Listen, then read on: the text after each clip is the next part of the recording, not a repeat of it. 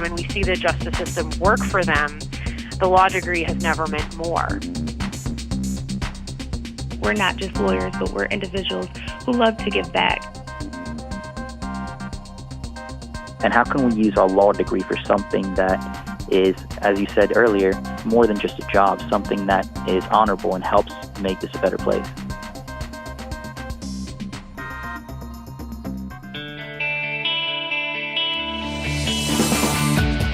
Welcome to the award-winning podcast, Lawyer to Lawyer, with J. Craig Williams and Robert Ambrogi, bringing you the latest legal news and observations with the leading experts in the legal profession.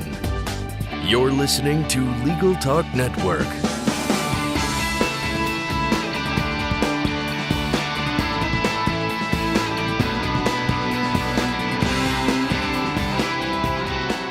Welcome to Lawyer on the Legal Talk Network.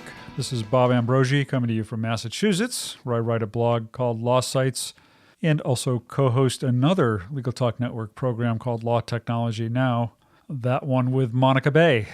My co-host on this program, Craig Williams, is away on business today and unable to be with us.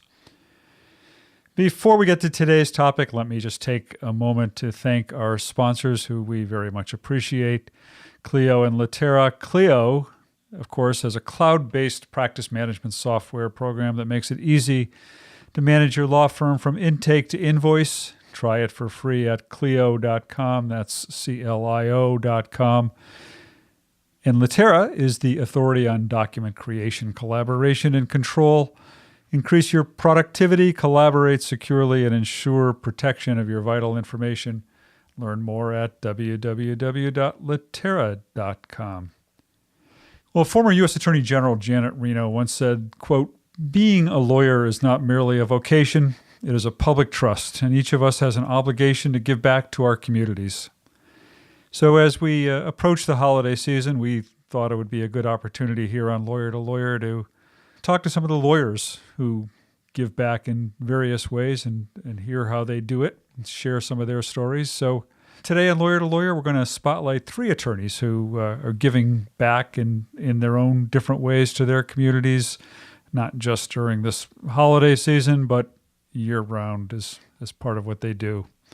And we have three great guests with us today. So let me introduce each of them, and we'll hear more about what each of them does. So let me start today with Jessie Kornberg, an attorney and the president and CEO of Bet Tzedek, a respected public interest law firm in Los Angeles, California. Jessie's tenure has seen the agency grow to address the most pressing legal issues facing low-income families, including the nation's first transgender medical legal partnership, Los Angeles' first low-income tax and small business startup clinics, and a family preparedness program to respond to growing concerns surrounding the deportation of undocumented parents. Jessie Kornberg, welcome to Lawyer. Thank you. So glad to be here.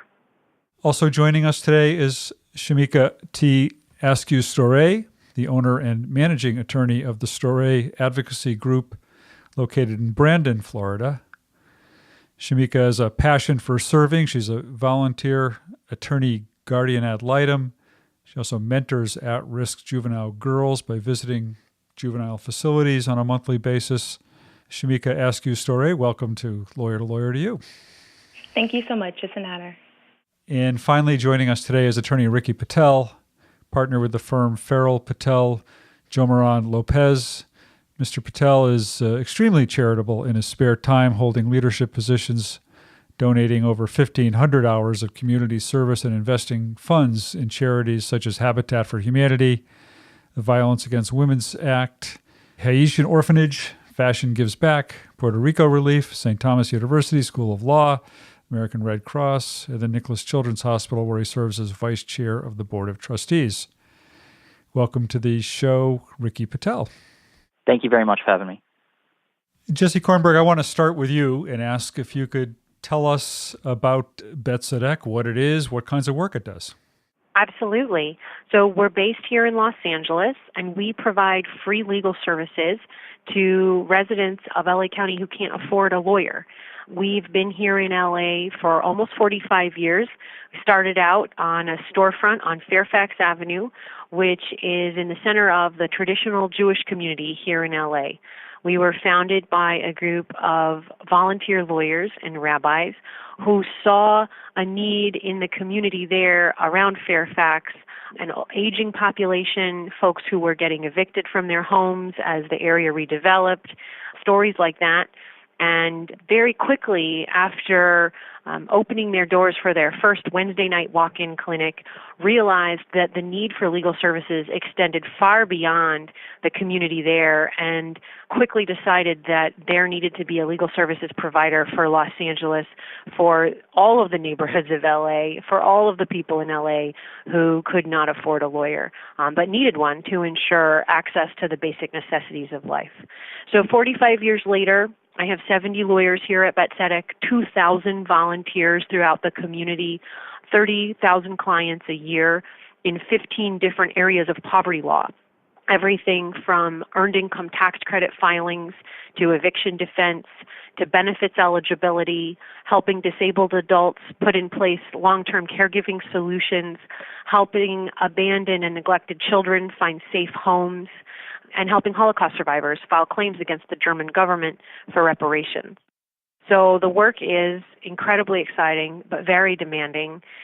We have very significant immigrant communities in Los Angeles, and the last year has seen a huge uptick in the need for services for those folks.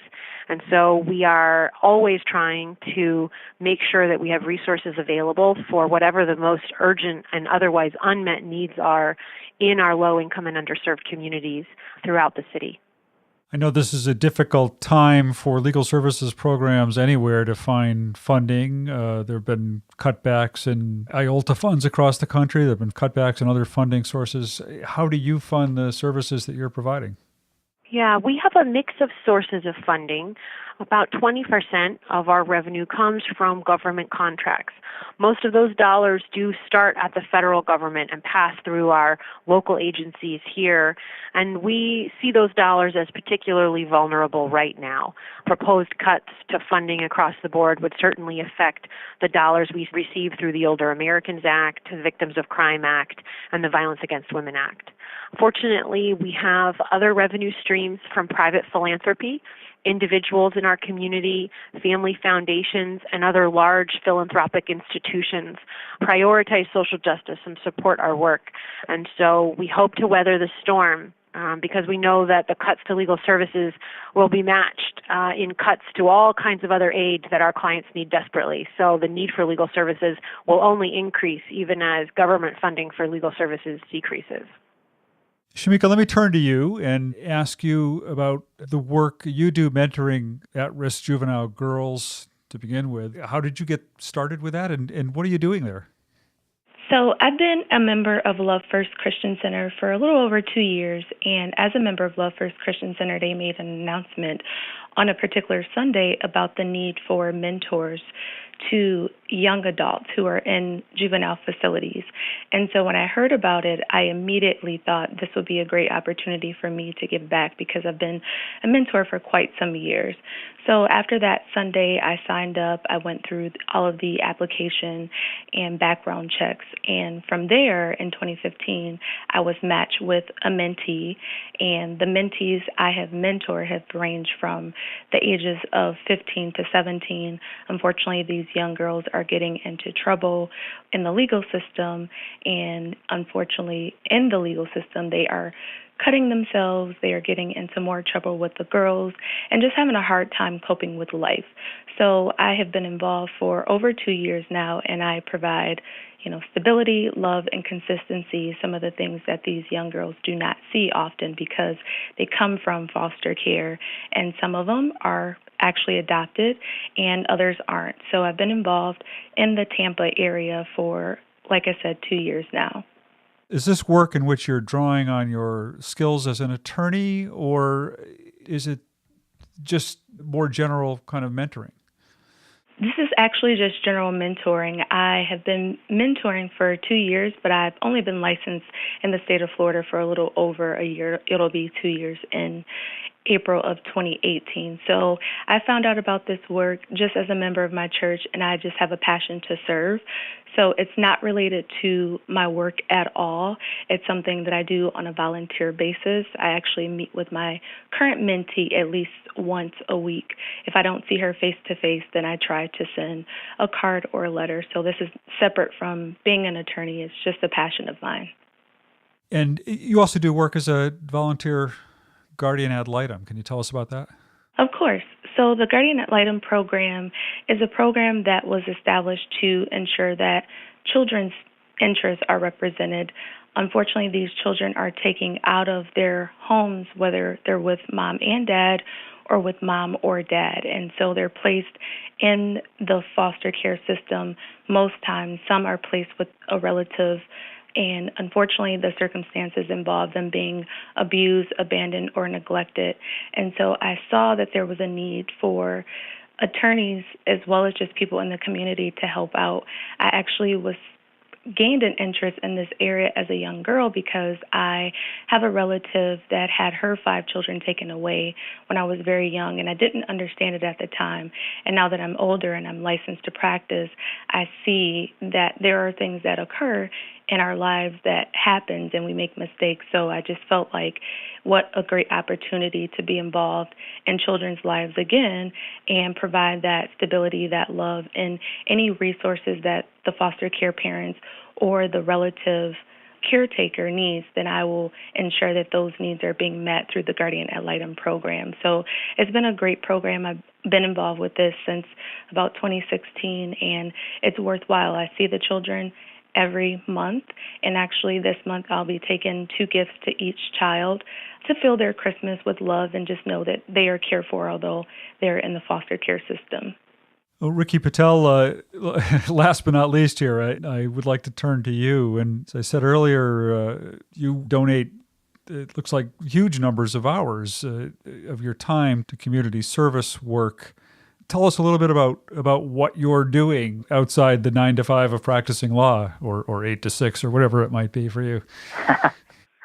Yeah, I wish the practice was 9 to 5. So I'm one of the founding partners here at Farrell Patel Jomarron Lopez.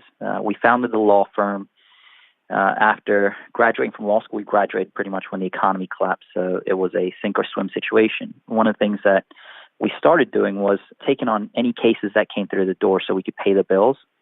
After, I would say, about a year and a half, we landed one of the largest class actions in U.S. history, which changed the perspective of the firm and allowed us to have a little bit more flexibility. And one of the things that the partners agreed on was we wanted to make sure that we were making an impact, both with our resources and with our law degrees. That shaped a lot of the firm to the types of cases that we handle, which is one part of the story. We take on cases where individuals do not have adequate representation. We've recently, the past few years, been handling cases involving Title IX, which involves young women in college who have been raped and have not been afforded the ability to continue their education. We've been involved in that. We've been involved with going against pharmaceutical companies that have harmed babies, just any opportunity to help out those that are seeking justice and don't have the representation. As far as the charitable aspect, I'm the vice chairman of the now Nicholas Children's Hospital here in Miami, Florida. One of the things that I thought was very important was to go ahead and help out, once again, the individuals that can't protect themselves, and who better to help out than children. So we started initially making contributions, which led to spending a little bit of time helping, which has turned to spending about 50% off my time dealing with the hospital, the board, and any activities to not just raise awareness, but to go and spend time with the children that aren't able to leave the hospital or find ways to get adequate treatment. And it's been a pleasure. As of recently, it's now turned from the Children's Hospital to also, as you've seen with the hurricane that went through Puerto Rico, which is devastated an area. I live half the year in Puerto Rico, half the year in Miami, so we try to help out over there. It's every year there's been some type of disaster which has kind of dragged us in there. Our law firm actually has our own orphanage in Haiti too. We have 40 children over there, and instead of just funding it, I actually go there and I stay there every 2 months.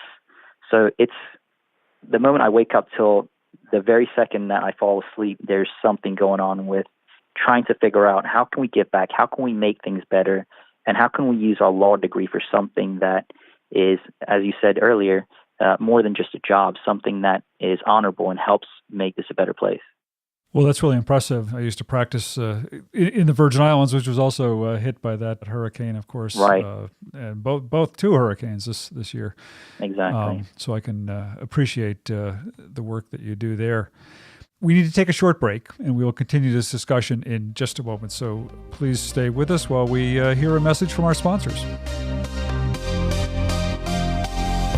Documents are the currency of business. They represent you in every business interaction. Executives need to know what changes have occurred in documents, what metadata risks exist, and how to encrypt, share, and collaborate securely.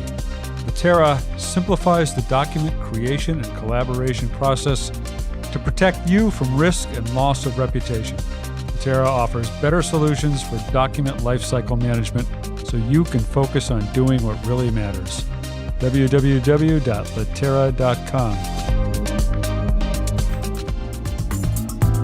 Imagine what you could do with an extra 8 hours per week.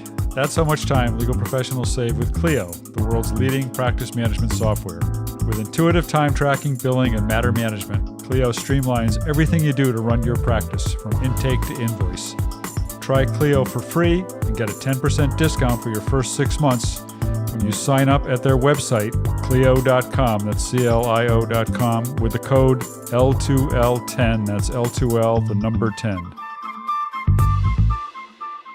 Welcome back to Lawyer. This is Bob Ambrogi. Joining us today is attorney Jessie Kornberg, president and CEO of Bet Tzedek, attorney Shamika Askew-Storay, owner and managing attorney of the Storay Advocacy Group, and attorney Ricky Patel, partner with the firm Farrell Patel Jomarron Lopez. And we are talking about lawyers giving back in various ways. And Jessie, I want to circle back to you. You've talked about the work that Bet Tzedek does in the community, and you rely heavily, it sounds like, on attorneys who volunteer. And I know that you've done a lot of volunteering yourself and a lot of community service work over the course of your career. I understand the value to the community. I think that's clear. I'm wondering what the attorneys get out of doing this kind of work. What's your perspective on the value to attorneys of doing good things and providing pro bono services in their communities? Yeah. Well, I think there are a couple of benefits. I think very practically, we see a lot of law firm lawyers encourage their junior associates to volunteer with us because we will give them an opportunity to get hands-on experience working directly with clients, conducting interviews, gathering facts, and then presenting them both in briefing and in oral argument to a court much faster than a typical defense side large law firm context might provide. And so those law firms benefit because their folks are getting great training from us and great exposure to the practice. Those associates benefit because they're gaining those skills and getting to engage in community work. And of course, we benefit and our clients benefit because they're receiving excellent legal representation under our supervision. So there is that practical benefit for all concerned. I also think, as a person who has engaged in social justice work and community work most of my career, it's hard to quantify the meaning and the satisfaction and the fulfillment that comes with putting your legal degree to use in a way that so dramatically improves your client's experience, right? I mean, we all go to law school for one of two reasons: to change the world or at least to protect our clients. Right? And that's the reason to be a lawyer, is to use the law to your client's benefit. And there is no more dramatic example of how the law can benefit a client than in the legal services context, because the stakes of litigation are always so incredibly high in our practice.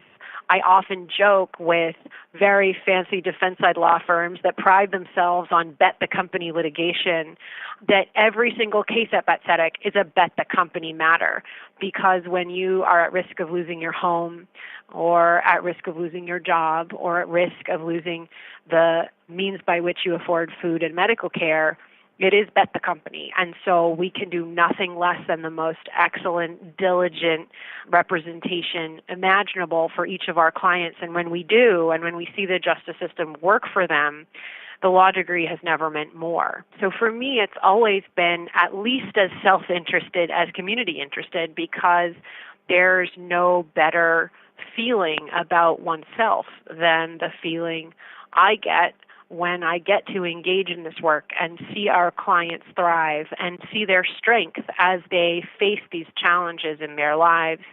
So for me, the benefits are obvious and plentiful.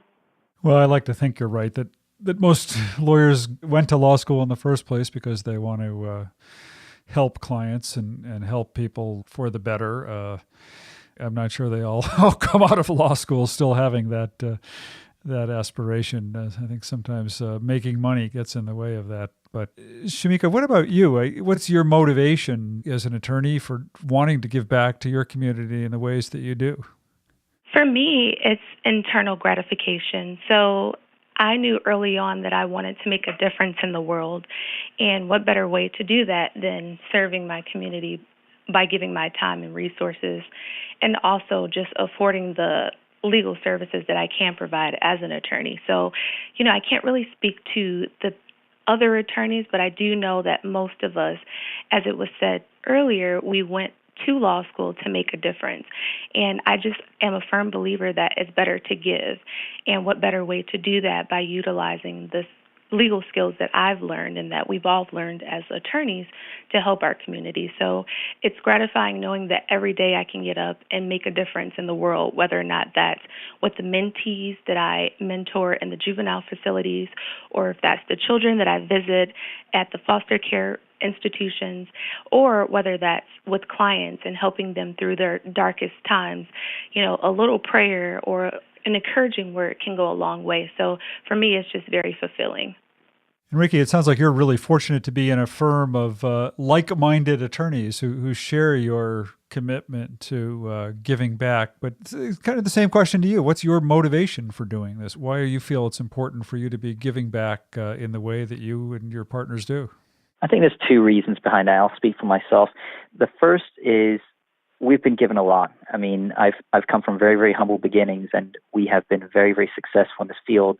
And there's a sense of we have to make a difference. We have to be able to take this and help others as much as possible. And my second big reason is I have a 2-year-old and a 4-year-old, two little sweet girls, and it's one of those things that I want them to grow up knowing that we made a difference. We changed things. We were able to use this law degree to create equality and give representation to those that need it. And I feel if I can accomplish that, it will give a blueprint for what we need the next generation, the generations to do after that. And if we all just do just our part, we can try and make this messy world a little bit better. Jessie, is there a story or anything you can share from the work at Bet Tzedek that you think kind of exemplifies what you do or what Bet Tzedek does for the community? Sure. I think, one thing that's been really interesting to understand about the work here is the way that our lawyers are able to use knowledge and experience that they gain from working with one population and let it benefit so many others. I shared the story of how our agency was originally inspired by need in the Jewish community. And I'd like to share a modern-day example of how that original need in the original community that started our work continues to inspire the work for all. So we still do work, as I mentioned, with Holocaust survivors, helping them claim reparations against the German government. As part of that work and wanting to be truly expert in those representations, we have taken a trauma-informed approach to our service delivery model, understanding that Holocaust survivors are victims of intense violence, survivors of war, often disabled, and frequently alone without any surviving family or assets. And that experience can create lasting trauma in a person, and it means they may be less willing to ask for help, less able to engage in government bureaucratic procedures, less comfortable standing in line in environments with uniformed officers, less comfortable signing their name to legal documents or identifying themselves in government databases, and on and on. And understanding the life experience that brings someone to our doors is, I think, very important in our ability to create that trusting, attorney-client relationship. And we've taken that expertise that we have gained in the Holocaust reparations context and seen how useful the same approach can be, for example, with our clients who are survivors of human trafficking. And so taking what we've learned in one context and seeing how that can translate to a benefit for so many others, for victims of domestic violence, for victims of trafficking, for other kinds of trauma, has been instrumental. And I'll just give one classic example. In the last 5 years, there's been a large number of unaccompanied, undocumented minor children who have traveled from Central America to the United States seeking refuge from violence in their home countries. They arrive here on their own and frequently land either in homeless shelters or detention centers. And if we're able to identify a legal guardian here in the United States willing to take custody of them and prove that they're safer here than in their home country, we can actually obtain legal immigration protections for those children to remain here. We have pursued thousands of those cases over the last several years, and I just want to share the story of one of them. My staff attorney, Erickson, was representing a young woman. She came here when she was 11 from Honduras. She had no family here in the United States, but a mission in South Los Angeles had a congregant who was willing to take her in and be a legal guardian for her. We represented her in the probate court here in Los Angeles in that guardianship petition, and we faced some skepticism from the presiding judge. He argued that since at age 11 she was strong enough and resilient enough to make the treacherous journey across the border, which for her involved 14 days in a crate underneath a truck, she was surely strong enough to make it back to her country of origin and survive there, and that she didn't need the protections of a life in the United States. And Erickson, who has lots of experience at Bet Tzedek working with Holocaust survivors, was able to share his experience with that population and say, look, no one has shown more resilience than the survivors that we work with who survived unimaginable hardship and terror in their home country, sought refuge in this country, and have continued to struggle to survive while here. Holocaust survivors are 4 times as likely to live in poverty as other seniors their age. And so despite their strength and despite their survival, they continue to live with lingering capacity and disability issues. And this child who survived the trafficking process into this country and unbelievable violence in her own country was in a similar situation and really did need the protections of a life in the United States to thrive for the rest of her childhood and into adulthood. And so it was so inspiring to me to see this advocate there that day to defend the rights of an unaccompanied immigrant child by using our reputation and our expertise and our experience with a very different population from a totally other generation, and bring that to bear in this case for that child. And he was ultimately successful. And I'm happy to say that that child is now 14 and still living safely with that church member. And we're so glad that we're able to do that work on behalf of her and so many other households like hers. It's been really rewarding experience. Yeah, I can see how that would be very rewarding. Shamika, same question to you. I mean, is there a story or anything you can share from your own experience that exemplifies what makes it valuable to you and, the work that you do? Of course. So the Storay Advocacy Group, PA, was actually established to provide affordable and quality legal services. It was my intent and my heart's desire to meet the needs of those individuals who are representing themselves in family law matters, civil cases, etc.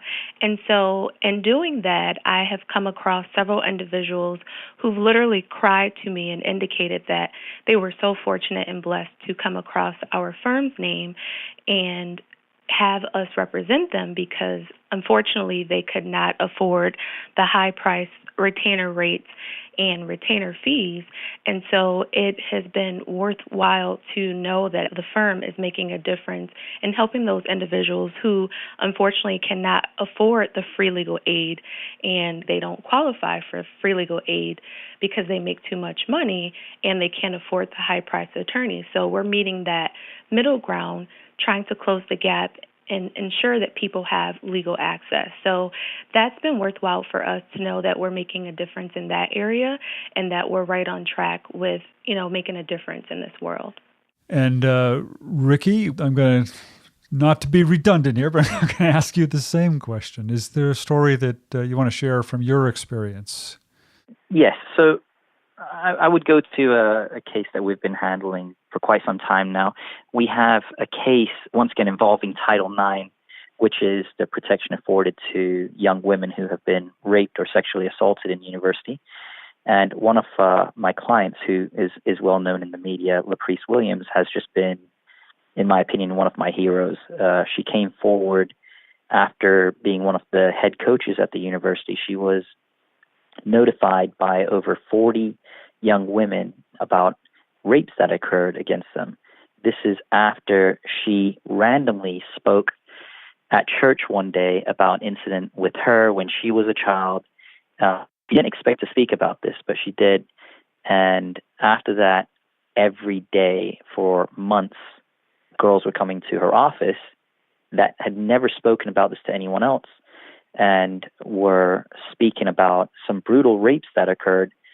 And we have been working with her side by side for quite some time to try and change some of these laws to make it so that there's more protection afforded to a lot of these girls, that there's a safe harbor, there's a place where they can come forward and speak about what happened, get the counseling they need, and help them get them back in school. Because a lot of the girls, what ends up happening is they're so afraid to speak up. They feel, instead of feeling like the victim, they feel like they did something wrong. There's this whole shifting the blame of what has happened.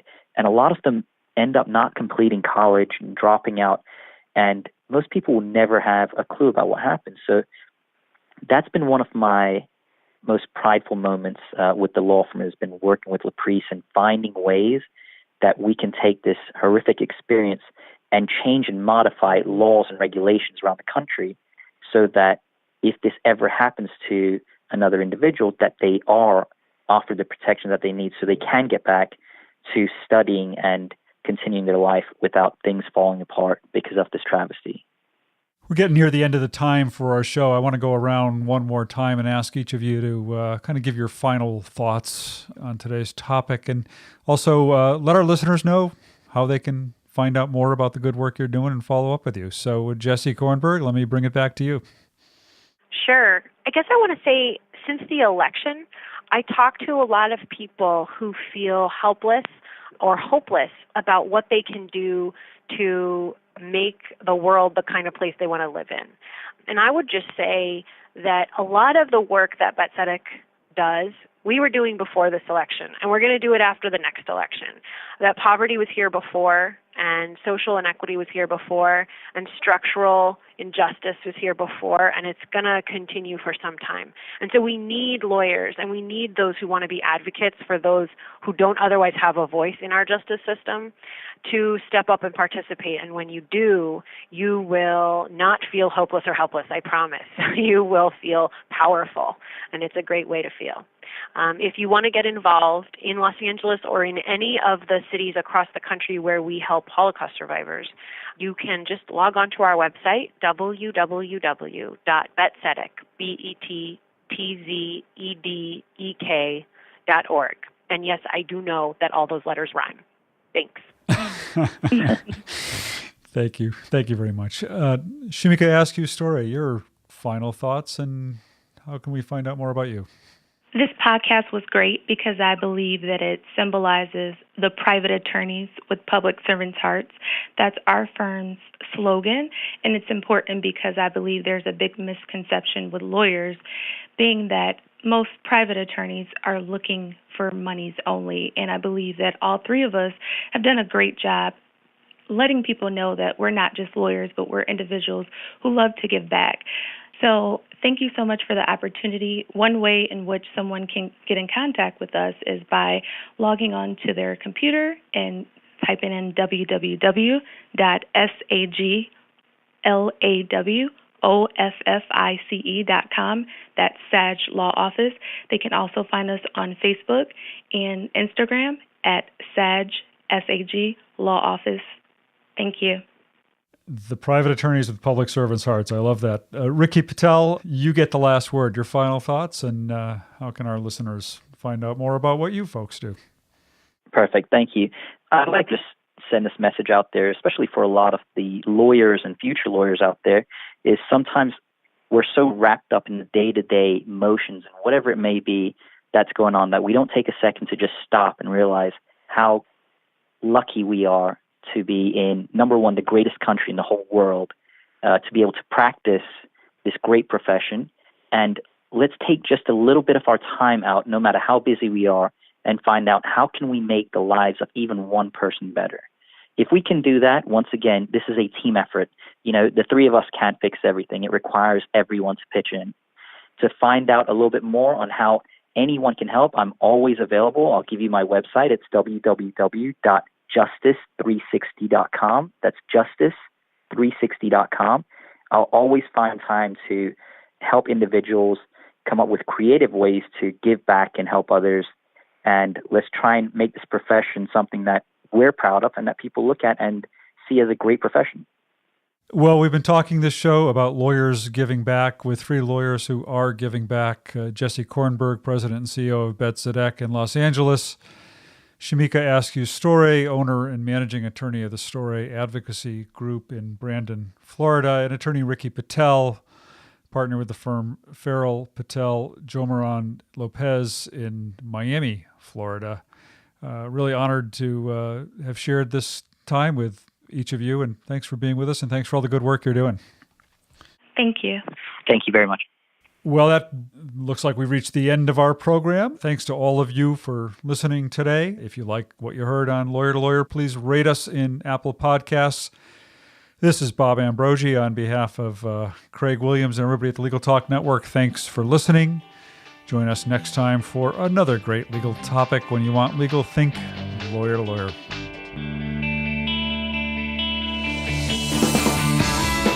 Thanks for listening to Lawyer, produced by the broadcast professionals at Legal Talk Network. Join J. Craig Williams and Robert Ambrogi for their next podcast covering the latest legal topic. Subscribe to the RSS feed on LegalTalkNetwork.com or in iTunes. The views expressed by the participants of this program are their own and do not represent the views of, nor are they endorsed by, Legal Talk Network, its officers, directors, employees, agents, representatives, shareholders, and subsidiaries. None of the content should be considered legal advice. As always, consult a lawyer.